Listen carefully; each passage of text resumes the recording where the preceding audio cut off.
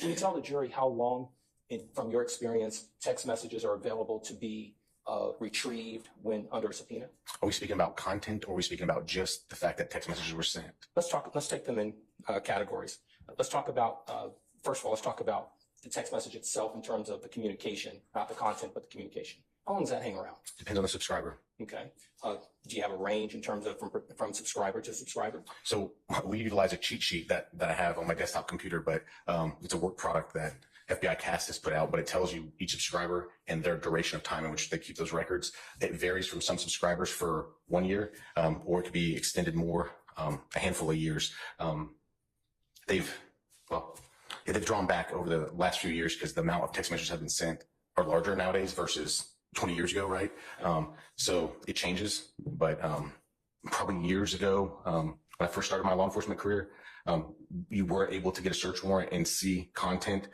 Again, it was dependent upon company, and there's a million different caveats in there. But over the years, as text messages grew, more frequent text messages than the actual phone calls, people send more text messages. And so service providers stopped retaining that data. It's just too much data.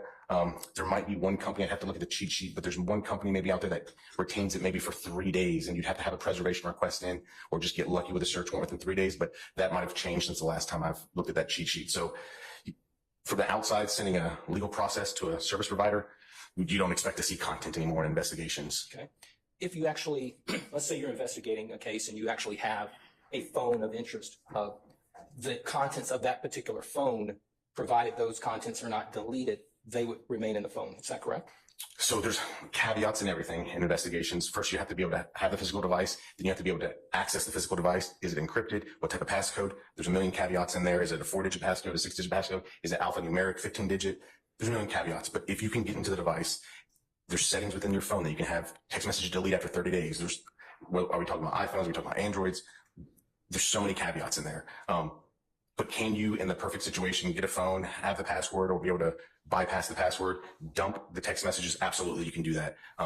There's so many caveats, and we're speaking broadly, so I don't want to give an answer that locks it in, but that's only like one specific situation. But there's a lot of caveats. But yes, theoretically, you can get a cell phone, right.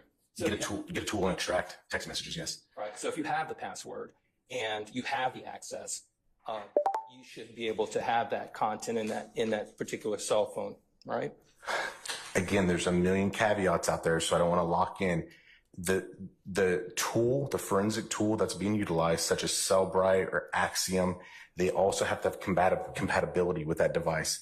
I've had it where I've gotten a search warrant, had access, but those tools aren't compatible with the cell phone. So there's inability to actually extract the data.